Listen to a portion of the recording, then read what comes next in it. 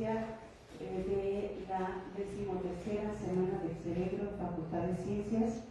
El hecho de que sea la última además implica que es la conferencia más importante que hemos tenido durante toda la semana. Todos, como ustedes saben, todas han sido conferencias del más alto nivel académico.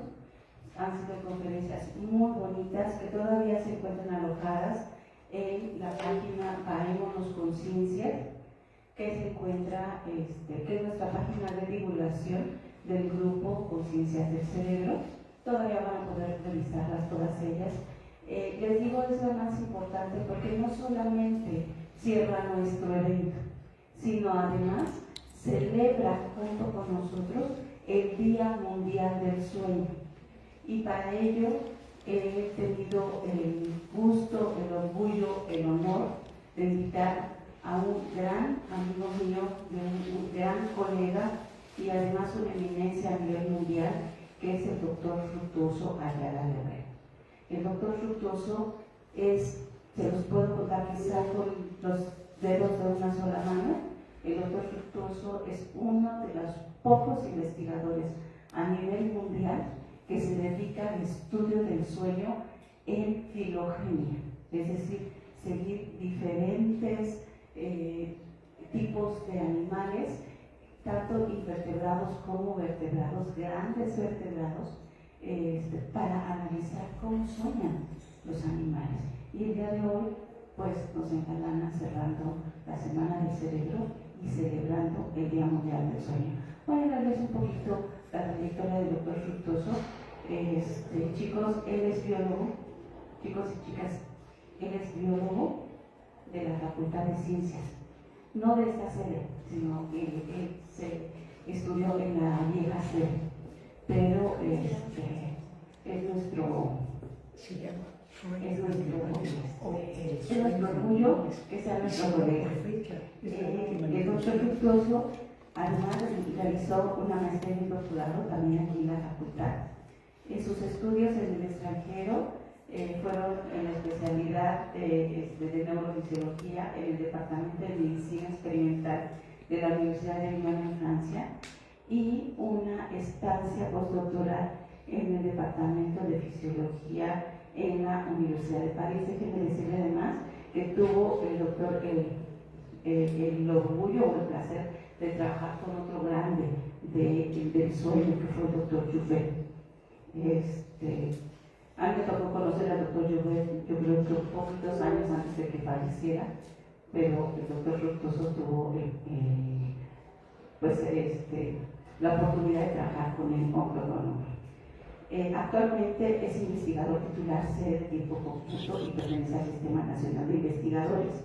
Su área de investigación está relacionada con las neurociencias en general y con el estudio experimental del sueño y sus trastornos. El doctor Fructuoso ha sido pionero del estudio del sueño en México y actualmente realiza el proyecto titulado Trastornos del Sueño y Alteraciones Neuropsicológicas y de Conectividad Cerebral en pacientes con trastornos del espectro autista. Ha participado en diferentes comités de evaluación y tiene una producción científica muy vasta, generando publicaciones en diferentes idiomas como español, inglés, portugués y ruso. Ha publicado en 122 revistas especializadas, ha publicado 5 libros y 63 capítulos en libro, ha dirigido 58 tesis a nivel licenciatura y posgrado y ha impartido más de 400 conferencias alrededor del mundo. Cuenta con diferentes reconocimientos y premios por toda su trayectoria académica, como el Premio de la Industria Farmacéutica de México, Premio a Profesionales 2005, ha sido homenajeado en su contribución al estudio de la medicina del sueño, ha recibido varias menciones honoríficas, reconocimiento de excelencia profesional, entre otros logros que ha cosechado durante su trayectoria académica. Como les digo, hablar del doctor Fructuoso me llevaría ni una hora y le quitaría el tiempo para que nos deleite con su charla. Lo que también les quiero comentar es que el doctor nos hizo el favor de traer unos ejemplares de los libros que recientemente ha publicado para que los observen ustedes y bueno, si les interesa, pues ya saben, aquí ir a la librería adquirir un ejemplar del doctor Fructuoso. Y después lo invitamos a que nos ilusinen.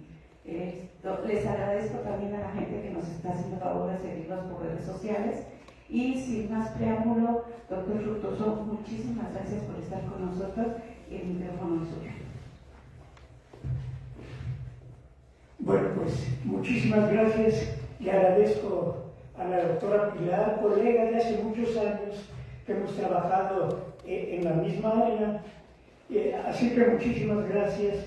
Y además es un día muy importante, como dice la doctora Pilar, muy importante, pero especial para mí, porque creo que hace 65 años estaba en la Facultad de Ciencias, pero cuando la Facultad de Ciencias estaba del otro lado, ahí junto a lo que era la Torre de Ciencias, que a lo mejor ya le cambiaron de nombre.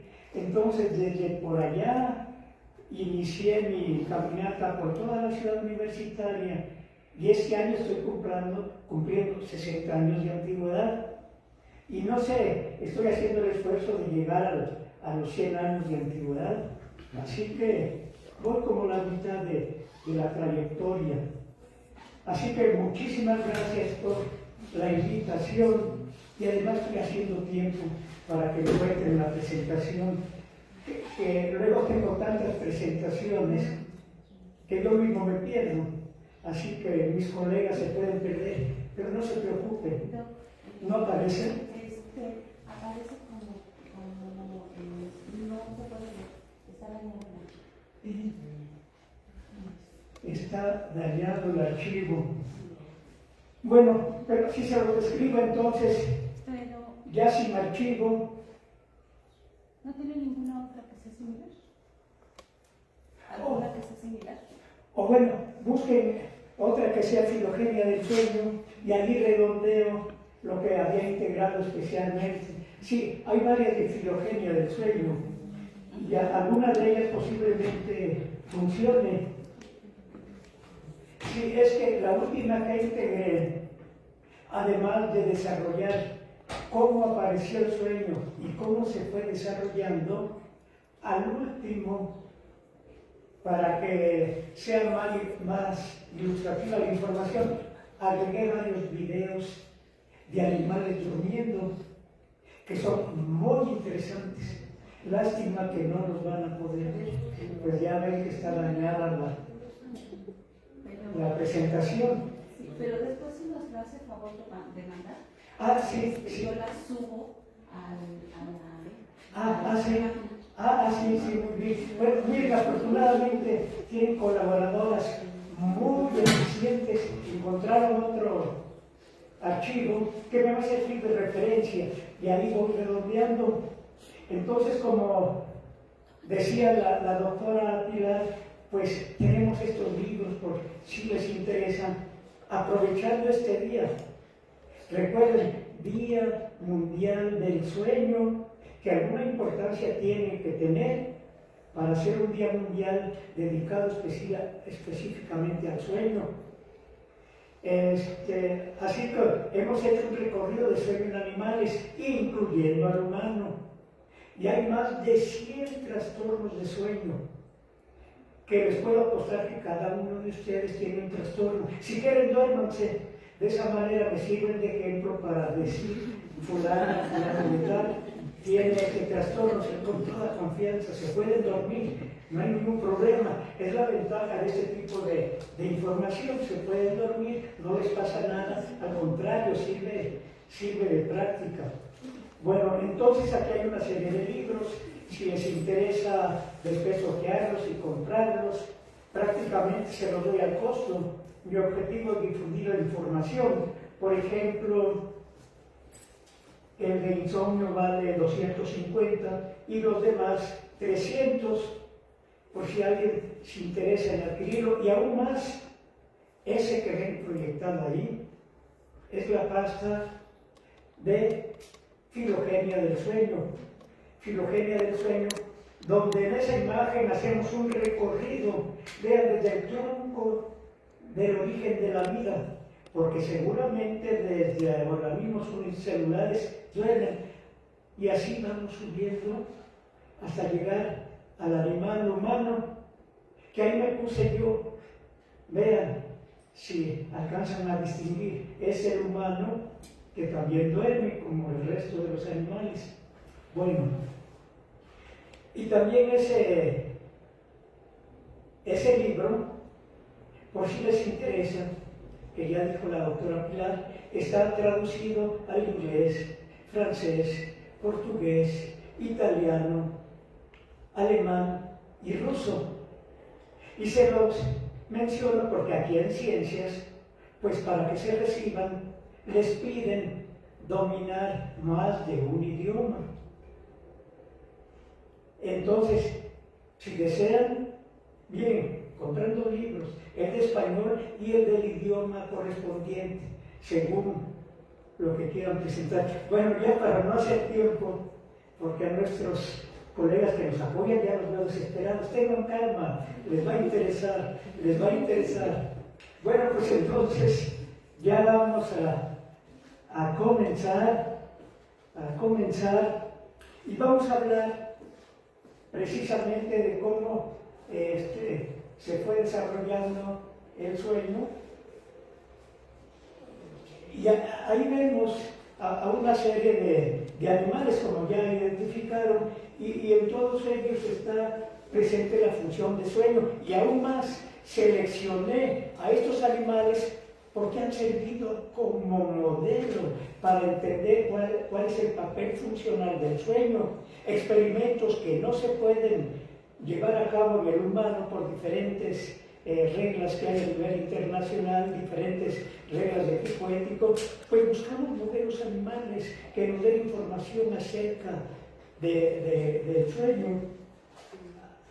Entonces, y noten ahí, ustedes ya conocen esa esferita que es el planeta Tierra. Vean, está dando vueltas, y eso empezó hace como 4.000 millones de años, cuando se formó el planeta Tierra. Y millones de años después empezaron a organizarse las partículas, moléculas que había por ahí, y poco a poco se fueron integrando para que apareciera la vida, que aproximadamente se indica, unos se pierden en la fecha porque no es posible ser tan precisos, hace como 3.500 millones de años. Pero la materia que trataba de organizarse para dar origen a los primeros seres vivos tenían que enfrentarse a cambios de energía que podían ser fatales. Así que las moléculas empezaron a organizarse, pero con los cambios de la rotación de la Tierra, día, noche, luz, oscuridad, rayos del sol, ausencia de rayos de sol, observen que había cambios de energía, de tal manera que algunas moléculas en sus intentos en presencia de la energía del sol, pues se desorganizaban. Pero poco a poco, algunas lograron organizarse y adaptarse a la rotación de la Tierra, que aproximadamente dura 24 horas un día. De ahí el término de ritmos que surgieron circadianos, aproximadamente cerca de un día, que es un poquito menos de un día, pero de todas maneras los organismos se tuvieron que adaptar a esos cambios. Noten esos cambios, ya saben, dan origen al día y a la noche. Y en un cerebro evolucionado como el de ustedes, como el de todos nosotros, bueno, tenemos relojes biológicos que nos indican la hora del día, y nuestras actividades físicas y mentales siguen el ritmo de las 24 horas. Así que seguimos el ritmo de la rotación de la Tierra porque influye en todos los sistemas vivos, y en el hombre, bueno, nos conectamos con el medio a través de la vía visual, principalmente es nuestro punto de referencia para detectar la hora del día. Allí en la retina además de conos y bastones, que son células para ver, hay otras células diferenciadas, células bipolares, donde tienen receptores para la melanopsina, que esa responde a cambios de intensidad luminosa, de tal manera que de esa manera el cerebro, a través de la vía visual, se entera si es de día, si es de noche, y el cerebro, conectado con otras áreas, está modificando la actividad de todo el organismo. Desafortunadamente, estos sistemas los ha deteriorado el mismo humano. Si hay tiempo podemos platicar más, pero con sus celulares, sus computadoras que se la llevan a la cama, están alterando el ritmo natural de su sueño, de tal manera que les puedo apostar que ustedes tienen el síndrome que se llama síndrome de sueño insuficiente, no duermen bien por su conducta, por sus dispositivos, y además por tantas cosas que quieren hacer en el día, no les da tiempo, les roban el tiempo a su sueño. ¿Tienen ese síndrome? Bueno, cuando menos ya masivamente los diagnostiqué como andan. Y no tengo, en aquel entonces, bueno, había moléculas que se desprendieron por todas partes, formaban parte ya del planeta Tierra, y esas moléculas se empezaban a organizar. Hay interacción entre ellas, interacción físico-química, interacción desde el punto de vista eléctrico. Entonces, la materia viva tenía que organizarse, y para sobrevivir tenía que vencer las leyes naturales, porque si no entran en equilibrio con las leyes naturales, y eso significa la muerte. Entonces la materia viva se organizó, las moléculas adecuadas se fueron integrando, funcionando, hasta dar el primordio de los primeros organismos vivos.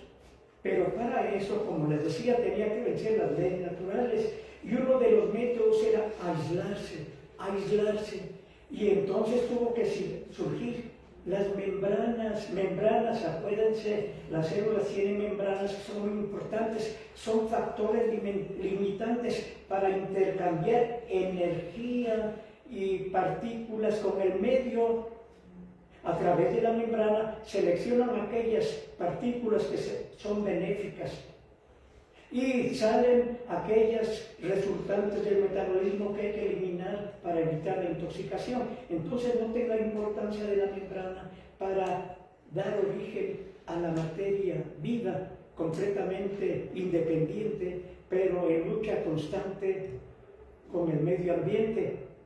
Pero eso representa un gasto enorme de energía, que si no se ahorra, si no se recupera, es la muerte. Entonces noten cómo la materia viva, desde un principio, pues gastaba mucha energía precisamente para ir en contra de las leyes naturales, pero tenía que haber un momento determinado para recuperar esa energía y resintetizar moléculas que les sirvieran para cuando estuvieran en actividad durante el día. Pues en ese momento surgieron esos periodos de actividad, reposo, actividad, un gran gasto de energía, en reposo, ahorro de energía y recuperar energía perdida para seguir viviendo, seguir en contra de las leyes de la naturaleza. Bueno, entonces ahí ven la membrana que ustedes manejan muy bien. Hay intercambio de partículas a través de las membranas de los seres vivos, ya sea por transporte pasivo o activo. Y para el transporte activo se necesitan moléculas de alta energía, entre ellos el que más conocen es el trifosfato de adenosina. Entonces es muy importante ese tipo de moléculas porque ayudan a que los organismos sobrevivan. Y ya verán, uno de los impulsos que inician el sueño es la acumulación de adenosina en el cerebro, adenosina, que resulta precisamente del metabolismo del trifosfato de adenosina, que está gastando mucha energía para vivir. Y al gastar energía se rompe la molécula, se libera adenosina, y es una señal para el cerebro, atención, ya gastaste mucha energía, es el momento de dormir. Bueno, es sumamente interesante todo esto. Bueno, hay otra parte de la membrana y noten las características conductuales del sueño que ya las conocen sin tener que haber estudiado antes. Adoptan una posición determinada, es inmovilidad y además es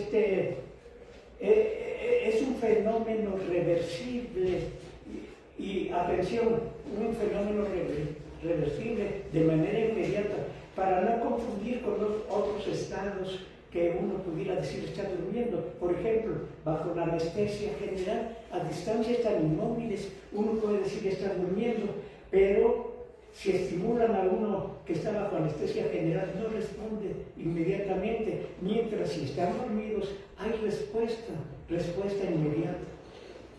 Y también otra característica es que el umbral para responder se eleva.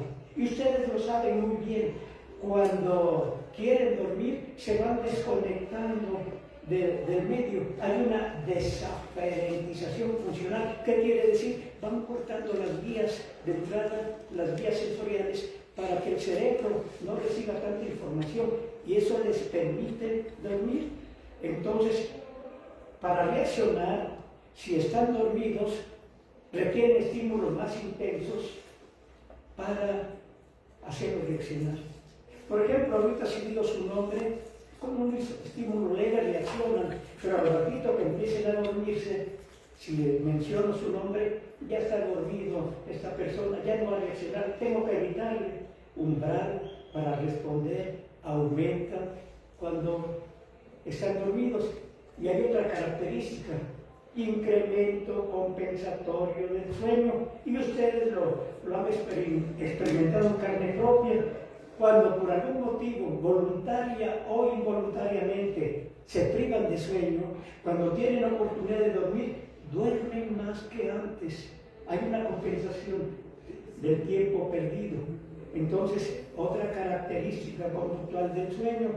Bueno, pero con ese tipo de análisis, sí, a grosso modo podemos detectar que alguien está despierto, que está en vigilia y hasta diferentes niveles de vigilia, y también más o menos con experiencia que está dormido y profundidad del sueño, porque el sueño no es un fenómeno continuo, está oscilando constantemente, su intensidad, su profundidad varía, pero afortunadamente se detectó un sistema muy efectivo, objetivo, para medir cuantitativamente con precisión cuánto dura cada fase de sueño. Y si nos remontamos a los siglos, ahí ven a un investigador inglés, Keaton, que se entretenía poniendo electrodos a diferentes tipos de animales en su cerebro y se dio cuenta que el cerebro generaba energía eléctrica. En aquel entonces lo vieron como un caso curioso, está perdiendo el tiempo.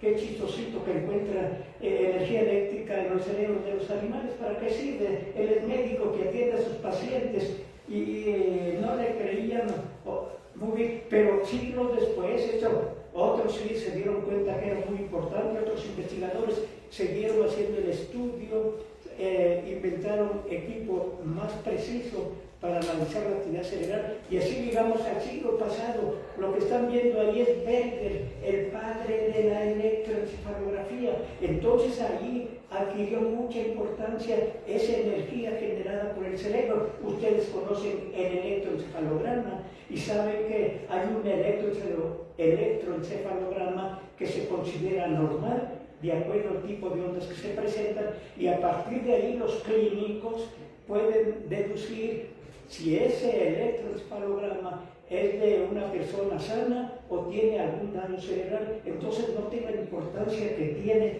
la generación de energía eléctrica por parte de los cerebros. Entonces ya les mostré el padre de la electroencefalografía. Y ya con ese conocimiento, bueno, se avanzó mucho para los estudios de sueño. Ahí, por ejemplo, ven una persona durmiendo con una serie de cables que están conectados a electrodos que previamente se colocaron, sobre todo para la actividad cerebral, que la actividad cerebral es la que sirve de guía a los especialistas para detectar si alguien está despierto, si está dormido, la profundidad del sueño, cuánto dura cada fase de sueño, etcétera, etcétera, etcétera. Entonces ahí ven. y además se complementa la información. La actividad cerebral es fundamental porque es la herramienta que recibe el especialista para detectar vigilia y fases de sueño, pero como durante el sueño están variando, prácticamente todo el organismo está variando, ya se acuerdan de cómo rota la Tierra, y que toda mente y cerebro y cuerpo están oscilando al ritmo del tiempo. Bueno, en el sueño también. Entonces, actividad cerebral que nos sirve de referencia, que varía durante el sueño, pero además la frecuencia cardíaca que se va modificando en el transcurso de las fases de sueño y también por efecto circadiano a medida que pasa el tiempo. La respiración también varía y sobre todo la respiración es muy importante porque es uno de los trastornos que abundan más en este momento, se llaman apneas del sueño, y en parte uno de los factores que producen apnea del sueño es la obesidad. Y no se pongan contentos, somos campeones mundiales México en obesidad infantil y adulta. Pudieran decir, somos campeones en algo. No, pero eso para la salud es fatal. Se altera su sueño de manera significativa y a lo mejor ya no despiertan. Bueno, entonces, actividad respiratoria, cardíaca, concentración de gases respiratorios, oxígeno, dióxido de carbono, movimientos oculares, porque hay una fase que se llama así, actividad muscular que se va relajando, también la temperatura y luego otras variables de acuerdo al objetivo de ese estudio. Bueno, entonces ahí ven una persona con todos los cables que surgen de los electrodos que se colocaron para llevar a cabo el estudio, y ahí lo que están viendo en pantalla es una unidad de sueño. Ya les decía que el sueño no es un fenómeno continuo, dormimos oscilando nuestro cerebro en el tiempo. Noten ahí, esos trazos son de actividad cerebral, nada más. En el primer trazo, actividad cerebral baja y rápida, de frecuencia elevada. Es la actividad cerebral que tienen ustedes ahorita. Si les pusiera electrodos, tienen ese tipo de actividad cerebral. Y luego en el segundo canal cambia. Se ven unas ondas que se llaman alfa.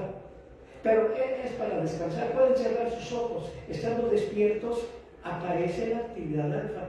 Pero al ratito, si no es que algunos de ustedes empiezan poco a poco a cambiar la actividad cerebral, se va haciendo cada vez más lenta, de mayor amplitud, hasta llegar al penúltimo trazo que ven ondas lentas de gran amplitud, que se llama sueño delta, porque las ondas tienen una clasificación y ahí en el sueño delta abundan las ondas delta.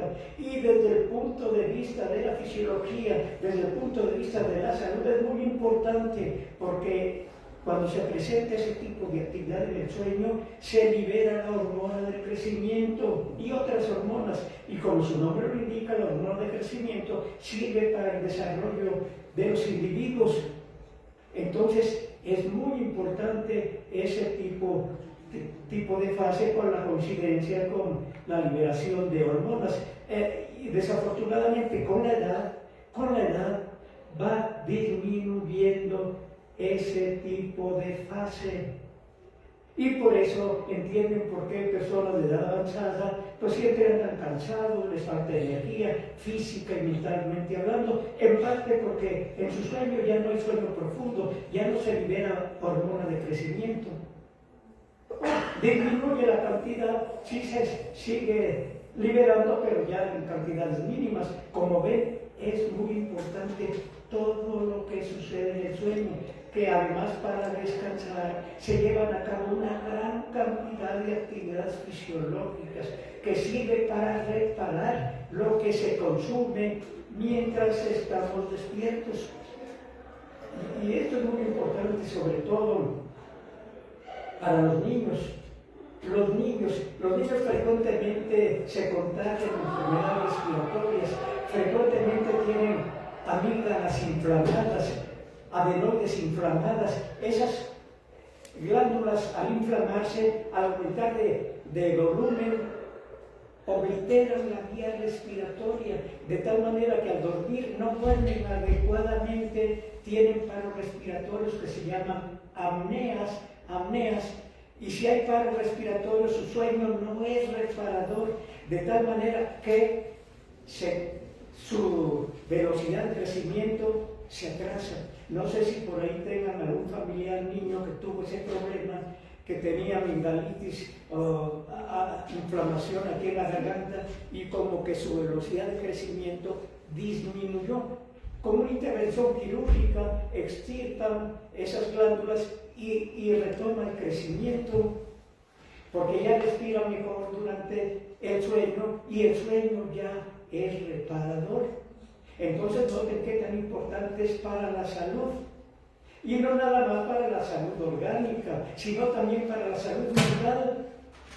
Esas personas que no duermen bien, andan atarantados todo el día, tienen problemas de atención, aprendizaje, si no aprenden, no almacenan información en la memoria, tienen examen, reprueban. Entonces vean cómo todo lo que se presenta cuando uno no duerme bien. Bueno, después esas ondas lentas de gran amplitud, hasta ahí se llamaría sueño lento. De repente aparece otro tipo de actividad rápida de baja amplitud, que ese tipo de actividad dio origen a la llamada fase de movimientos oculares rápidos o sueño rápido, que no se conocía antes. Se describió en 1953. Antes de esa fecha, el sueño y la actividad eléctrica que se generaba era hasta ondas lentas de gran amplitud, y la siguiente fase se ignoraba. ¿Por qué? Porque decían, miren, después de dormir aparece la actividad cerebral rápida de baja amplitud, característica de la vigilia, y además como se mueve, vean, están moviendo los ojos y de vez en cuando tiene sacudidas musculares, despertó. Entonces ignoró por mucho tiempo esa fase, pero sorpresa, cuando pusieron mucha atención, la analizaron bien, se trataba de una fase de sueño profundo, muy profundo, y además en esa fase se presenta la mayor cantidad de ensoñaciones, y eso llama mucho la atención, porque esa actividad mental que se presenta mientras dormimos, desde que el hombre tuvo conciencia, se preguntaba, bueno, ¿en qué consiste esa actividad?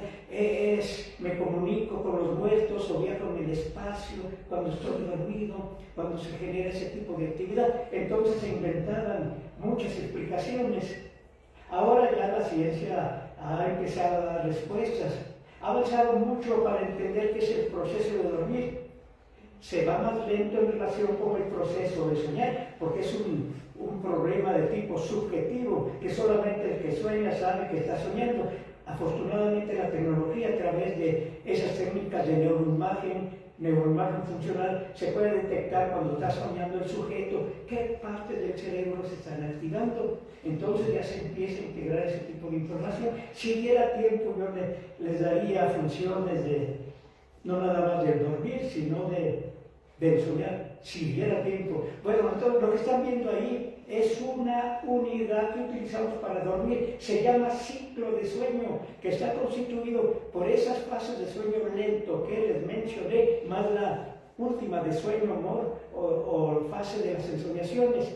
Todo ese proceso dura en promedio 90 minutos, más o menos, variaciones individuales. En el mismo individuo puede variar de una noche a otra, pero en promedio como 90 minutos, de tal manera que cada noche presentamos entre 3 y 6 ciclos de sueño. Esas unidades, vean que entonces eso nos indica que el sueño no es un proceso continuo, como antes se pensaba, y se sueña de 3 a 6 veces cada noche. Antes que me pregunten, les contesto, sí, nada más se acuerdan de unos cuantos sueños. No es cierto que yo sueñe 6 veces, no, lo que pasa es que se olvidan muchos sueños. Ya les contesté por el tiempo, no me adelanté a sus preguntas. Bueno, luego, ahí se atravesó un periquito, está durmiendo. Esos son videos. Una extraña mezcla apareció por ahí. Y video no sale. Porque esos videos, si no me sigo. Así. Vean.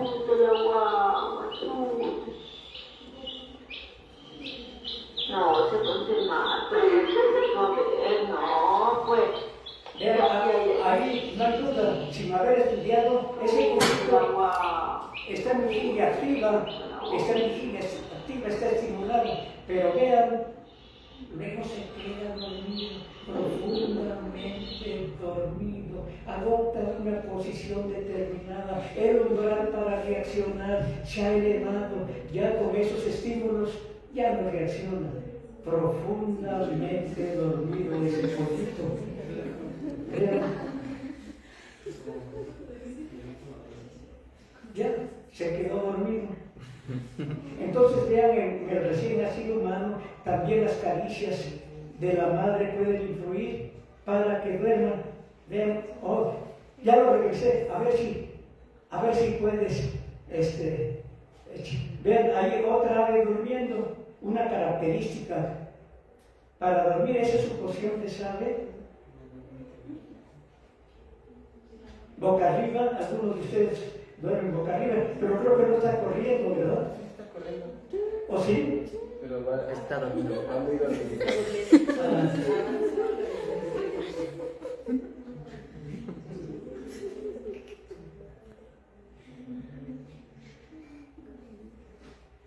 Vean ahí, umbral para despertar elevado. Ok. Y así sigue. Déjame pasar al otro. Ahí está. Ahí. Eso, a ver. Se ve más grande, a ver. Algunos de ustedes duermen así boca arriba, pero si tienen apnea de sueño no se les recomienda dormir boca arriba porque el paro respiratorio es más grande.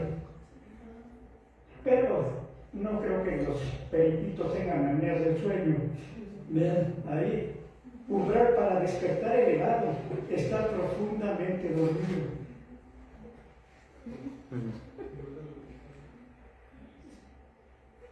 Bueno, y así se sigue. Voy a pasar a la siguiente. A ver, ahí. Noten, el gato ha servido como modelo muy importante para ver los mecanismos reguladores del sueño. Pongan atención en sus ojos. Está durmiendo, pero ahí, viniendo de sueño lento,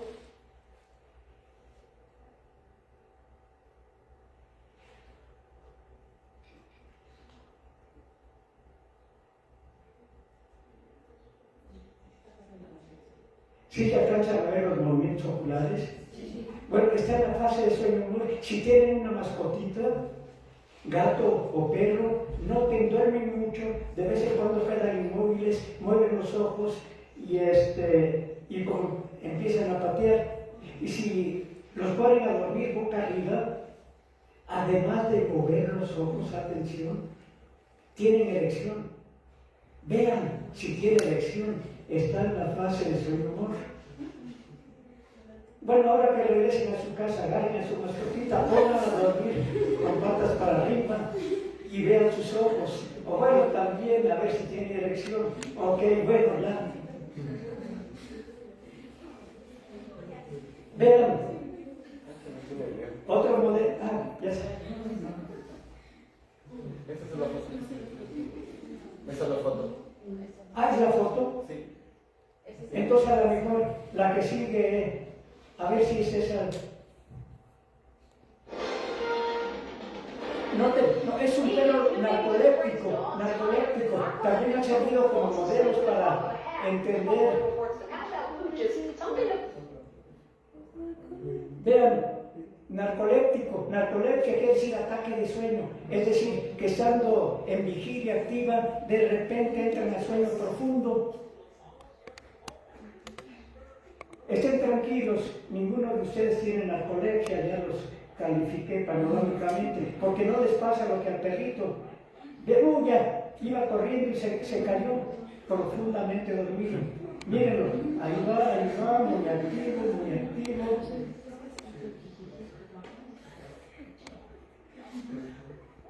ahí está parado, poniendo atención, ahí se emociona, ahí, vean, está haciendo ejercicio. Ya se quedó dormido. Bueno, es un modelo, pero para estudiar la narcolepsia. Ya, paso al siguiente. Ahí, a ver, ahí, ese sí. Creo que es una serie de animales. El perro durmiendo, vean ahí. No se espante, luego crean que su mascota perro tiene ataques. No, está en fase de sueño humor, donde hay actividad motora, además de mover los ojos. Y da la impresión, de acuerdo a la conducta, que no nada más duermen como nosotros, sino que también sueñan. Vean su conducta. Van a ver, noten, esos movimientos los presentan ustedes durante la fase de sueño humor. Además de mover los ojos, pueden mover las extremidades, como el perro.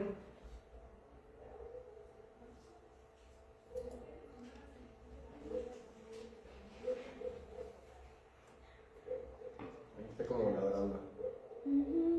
¿Sí? Vean, hay diferentes tipos de perro, está bien, de acuerdo a la mascota que tengan. Todos duermen, todos tienen sueño humor. Ya vieron, ahí es otro. Miren, está en sueño humor y actividad motora, van a ver, mueve las patitas. Allí hay otro.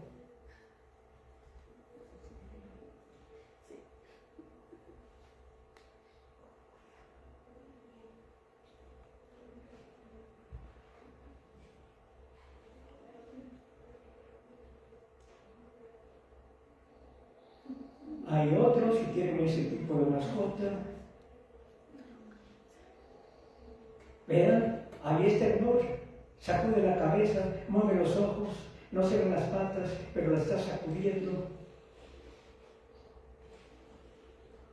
Y si tienen un niño recién nacido, esa actividad motora es más intensa. Pidan a su mamá o a quien corresponda que les presten al niño para verlo durante el sueño humor, porque ahí se repite mucho el recién nacido.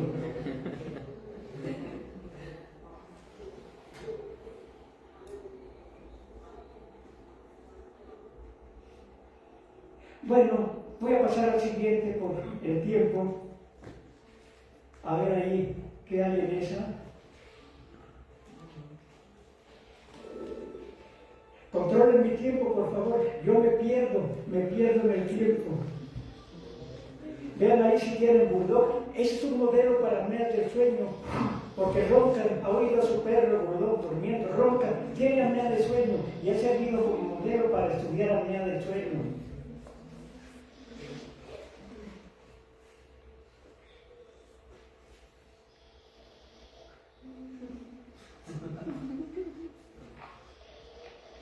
Vean cómo ronca. ¿Se han oído roncar? No, porque están inconscientes, están durmiendo. Pero esos ronquidos los despiertan. Pregúntenle al de lado si roncan mientras duermen. Y roncan como el bulldog.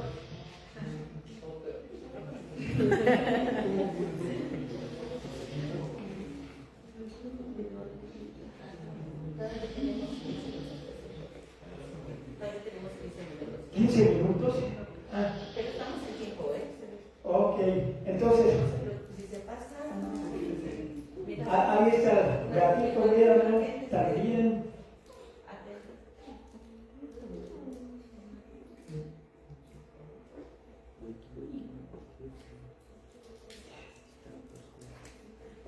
Vamos a parar momentáneamente el video, porque para avanzar, aunque sea así, lo dejamos así, para que yo termine de describirles cómo se desarrolló el sueño. Bueno, ya les quedó claro cómo duerme el humano, que se divide en diferentes fases, y que esas fases pasan a lo largo de la noche, están cambiando. Es el humano. Pero ¿qué pasa con el resto de los mamíferos? Acuérdense que hay tres tipos de mamíferos. Los placentarios, donde estamos nosotros, y ahí podemos resaltar algunas características del sueño. Todos los placentarios tienen sueño lento y sueño amor. Hay diferencias cuantitativas, pero aquí hay que resaltar, hay mamíferos acuáticos. Siendo mamíferos tienen que respirar tomando el oxígeno del aire atmosférico. Pero ¿qué pasa? ¿No? Que el sueño es muy importante. Esos mamíferos no duermen. Bueno, sí duermen, pero la sabia naturaleza, considerando que el sueño es fundamental, generó un tipo de sueño muy particular que se llama sueño unihemisférico. Esto quiere decir que estos mamíferos acuáticos, sobre todo hay muchos estudios en el delfín, duermen como si tuviera dos cerebros. Un hemisferio está durmiendo y el otro permanece vigilante. Después de cierto tiempo, el que estaba vigilando para salir a respirar se duerme y el que estaba dormido le toca vigilar. Entonces, sí hay sueño, aún en condiciones donde pueden perder la vida, pero en este caso ya vieron, funciona este individuo delfín como si tuviera dos cerebros, y eso pasa también en las focas, con una gran ventaja, y es muy interesante estudiar este fenómeno.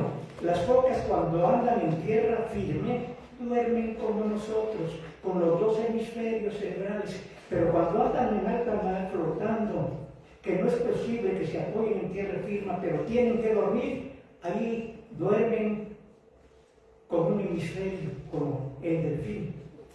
Sería muy interesante entender cómo se dio esa transición de cambio de las características del sueño.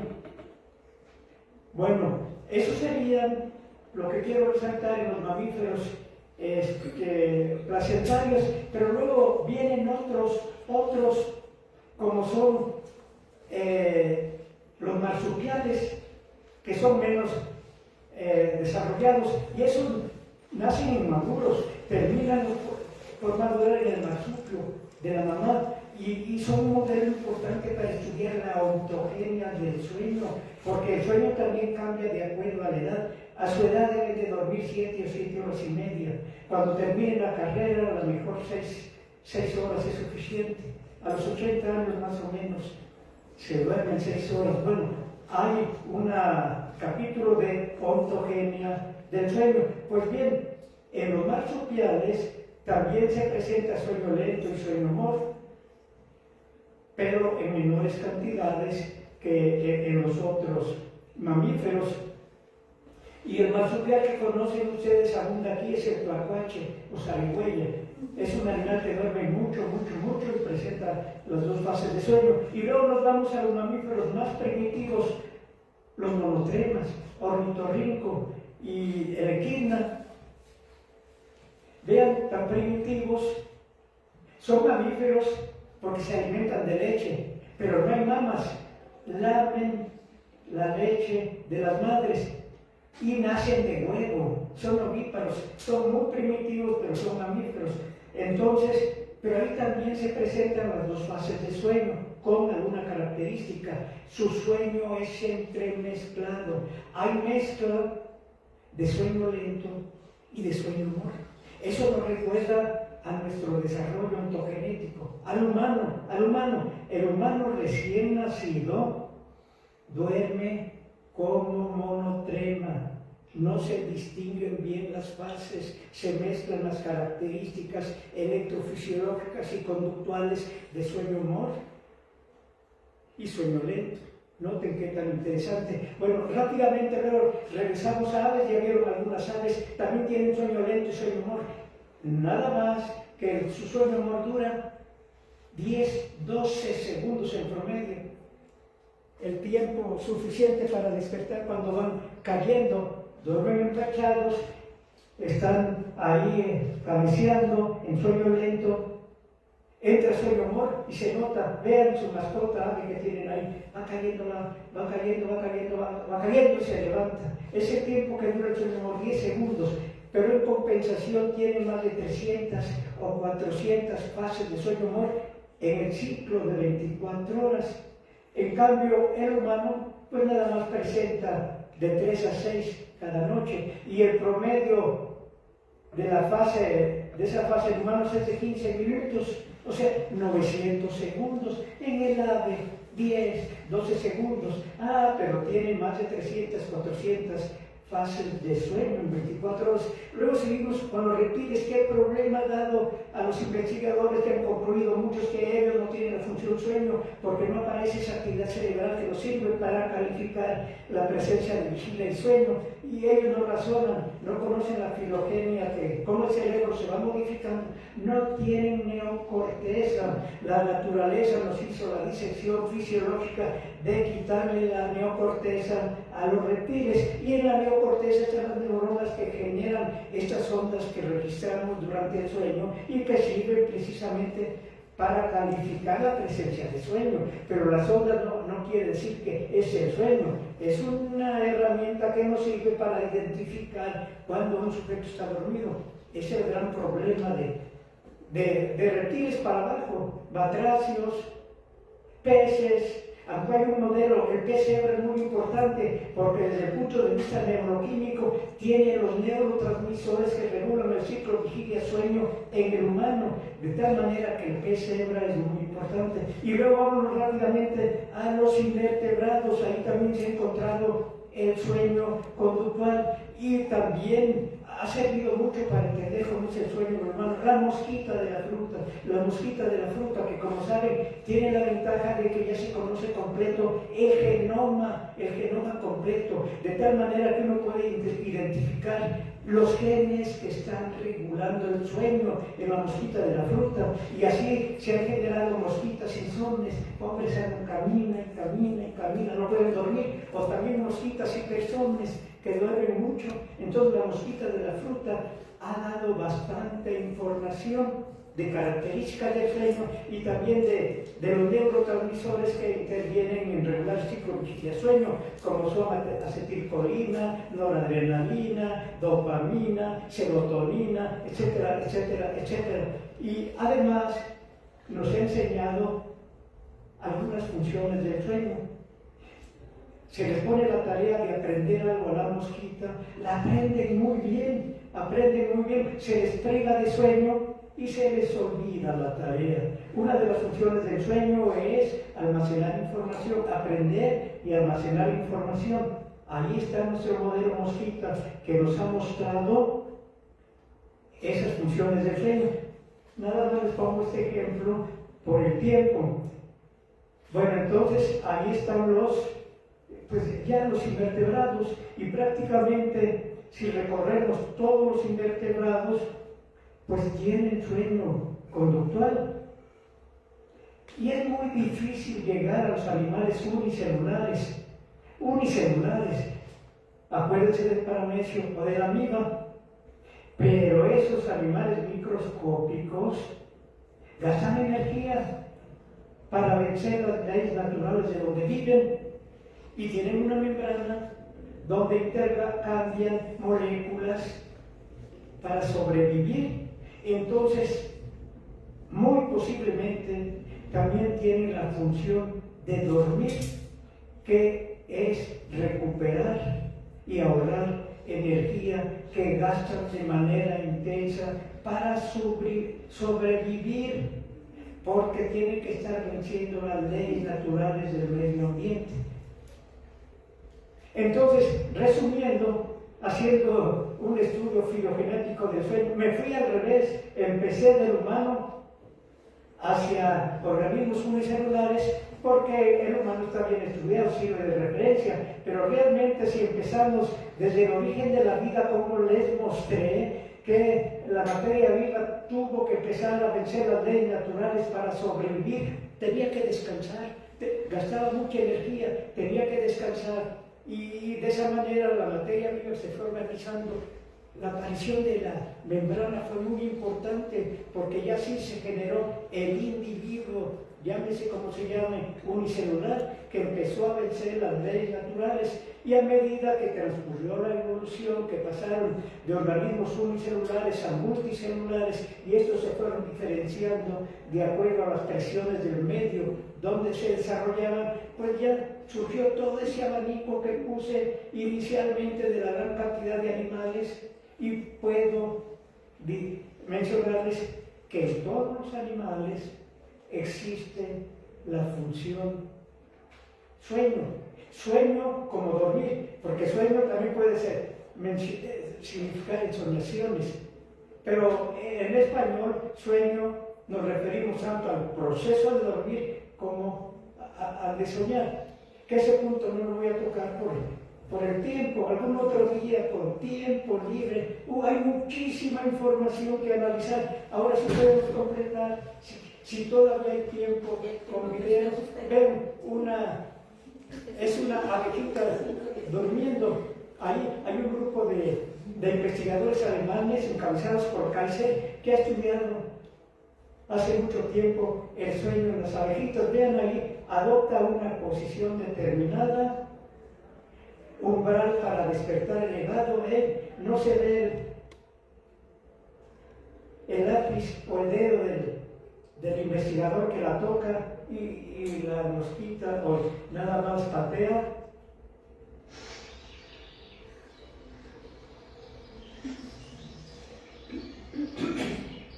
Y mueve las antenitas.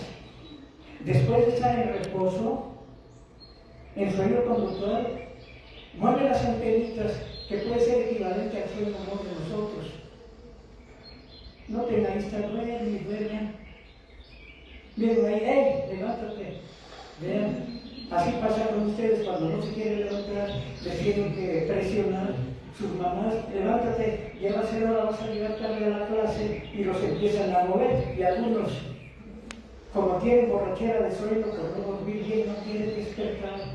No, bueno, ahí vean a la abejita moviendo las antenas, que puede ser equivalente a sueño amor. Bueno, pues hay muchísima información. Ya en otra ocasión, con más tiempo que nos haga favor la doctora Pilar de invitarnos, podemos extendernos hasta se van con el diagnóstico de qué enfermedad, qué trastorno de sueño tiene cada una y cada uno de ustedes. Pues muchísimas gracias por su atención. Muchas gracias a la doctora Pilar por la invitación.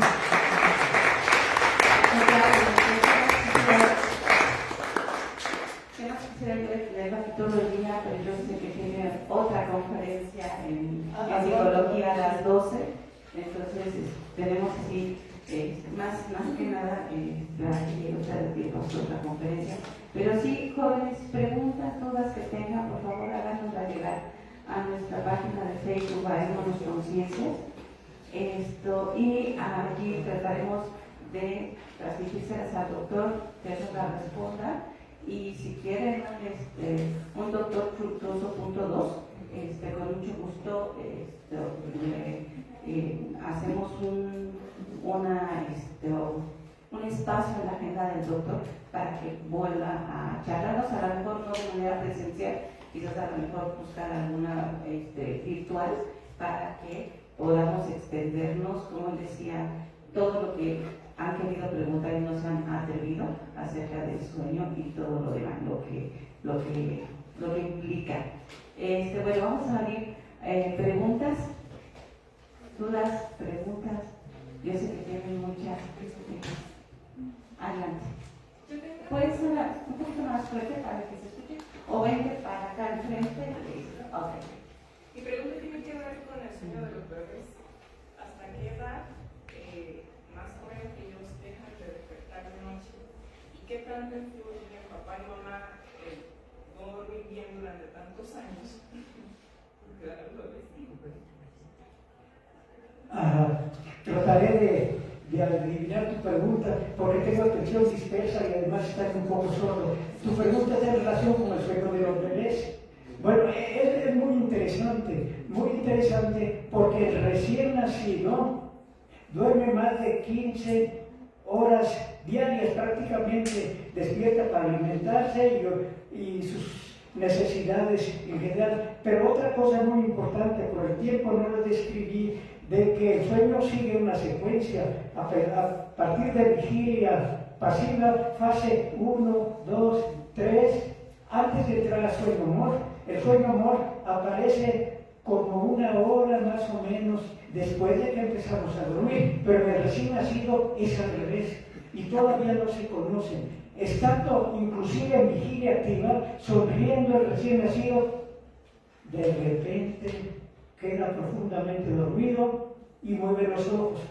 Se pasa directamente de vigilia a sueño humor. ¿Por qué? Todavía no se conocen. ¿Y por qué duerme mucho? Bueno, una de las hipótesis de las funciones del sueño, ustedes saben muy bien que el cerebro para desarrollarse necesita estar estimulado constantemente y eso se hace a través de las vías sensoriales, pero un bebé recién nacido está protegido, no recibe estímulos de cambios de intensidad luminosa, de temperatura, de ruido, no le llega información al cerebro y ese puede ser contraproducente para su desarrollo. Bueno, en compensación duerme más, porque durante el sueño, sobre todo el sueño humor, que dura mucho en el bebé, hay una estimulación endógena, es decir, se estimula directamente el cerebro mientras duerme. Pero aún más, ya la tecnología nos permite ver el sueño no solamente en el recién nacido, antes de nacer. El feto duerme todavía más que el recién nacido, lo que indica que es fundamental el sueño. Por el tiempo no les pasé información, pero hay datos que indican que primero se mueren por no dormir que por no comer. Eso experimentalmente se ponen animalitos, come todo lo que quieras, pero no duermas. Tú duerme aunque no comas. Mueren primero los que comen mucho, pero no duermen. ¿Qué tan importante es el proceso de dormir? Eso no se puede hacer en el humano. Sin embargo, hay un trastorno que se llama insomnio familiar fatal, que indica que el sujeto muere por no dormir en el humano. Y además, según algunas revisiones que hice, los chinos martirizaban y sacrificaban a sus enemigos privándolos de sueño. Los tenían en actividad física para que no durmieran hasta que morían por no dormir. Esos son relatos de datos en humanos, aunque ustedes saben que no podemos hacer experimentos para ver cuánto tardan sin dormir antes de que se mueran. Eso no se puede hacer, aunque sí hay algunos datos a nivel de la literatura. El que más ha resistido sin dormir son 11 días. 24 días, sí, más o menos 24 días continuos, pero es muy difícil porque no le ponían electrodos, nada más estaban observando su conducta y a veces uno, aunque tenga los ojos abiertos, está dormido. Se necesita comprobar a ver si aguantan tanto tiempo sin dormir, pero con los electrodos puestos para confirmar. Bueno, no sé si con eso ya contesté la inquietud, la pregunta de más o menos. Gracias. En redes sociales tenemos alguna pregunta. La última vez que revisé teníamos 500 y tantas visualizaciones, pero no sé si tenemos esto. Sí, ¿por qué no recordamos algunos sueños y si hay alguna forma para recordarlos? Esa pregunta es muy interesante, tanto que se ha dicho de los sueños. Ahora, generalmente uno sí se acuerda de los sueños, generalmente, depende del momento en que uno despierta, porque si despierta uno en pleno sueño lento, allá hay amnesia. Generalmente recordamos cuando despertamos después de pasar ciertos minutos en sueño humor, o la fase de las ensoñaciones, y eso se ha hecho experimentalmente. A ver, sujeto, vente a la clínica a dormir, duérmete, y estamos viendo cómo cambia la actividad cerebral, ya está en sueño MOR, lo dejamos unos minutos, lo despertamos, ¿soñaste? Sí, bueno, sigue durmiendo. Sueño lento, ¿soñaste? No, bueno, sigue durmiendo, y con esa técnica, bueno, se detecta exactamente que después de ciertos minutos en sueño humor, describen un sueño. Lo que pasa es que algunos dicen, no, yo nunca sueño, no, depende del momento en que despierten. Y no les puse una gráfica que se llama himnograma, cómo se distribuyen las fases de sueño en la noche. El sueño amor, el sueño de las sensoriaciones, abunda más en la segunda mitad de la noche, hacia la madrugada. Por eso cuando despiertan, dicen, desperté y estaba soñando. Bueno, coincide con la distribución de la fase de los sueños. Gracias. Muchas gracias, doctor. Le agradecemos al doctor Fructuoso Ayala que nos ha dado esta conferencia.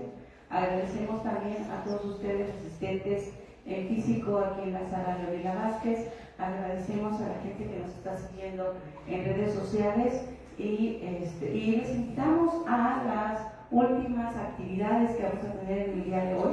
Tenemos el concurso de infografías que vamos a tener aquí en el lobby. Los invito a participar, los invito a ver el trabajo que sus compañeros de las diferentes carreras de la facultad han realizado y a las 4 para las 5 de la tarde tendremos nuestra ceremonia de clausura. Démosle un aplauso, por favor.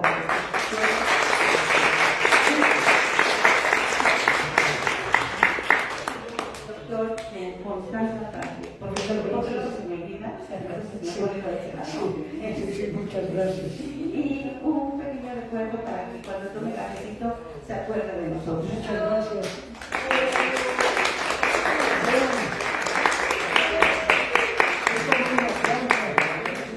Si son muy sensibles a la cafeína, no tomen café.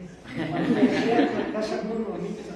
Existen moléculas de cafeína en la sangre 10 horas después de tomar la última taza de café. Conclusión, aunque la taza esté muy bonita, no tomen café. Si son muy sensibles. Bueno, todos somos cafeínos, y la disfrutamos. Bueno, pues muchas gracias. Muchas gracias a todos.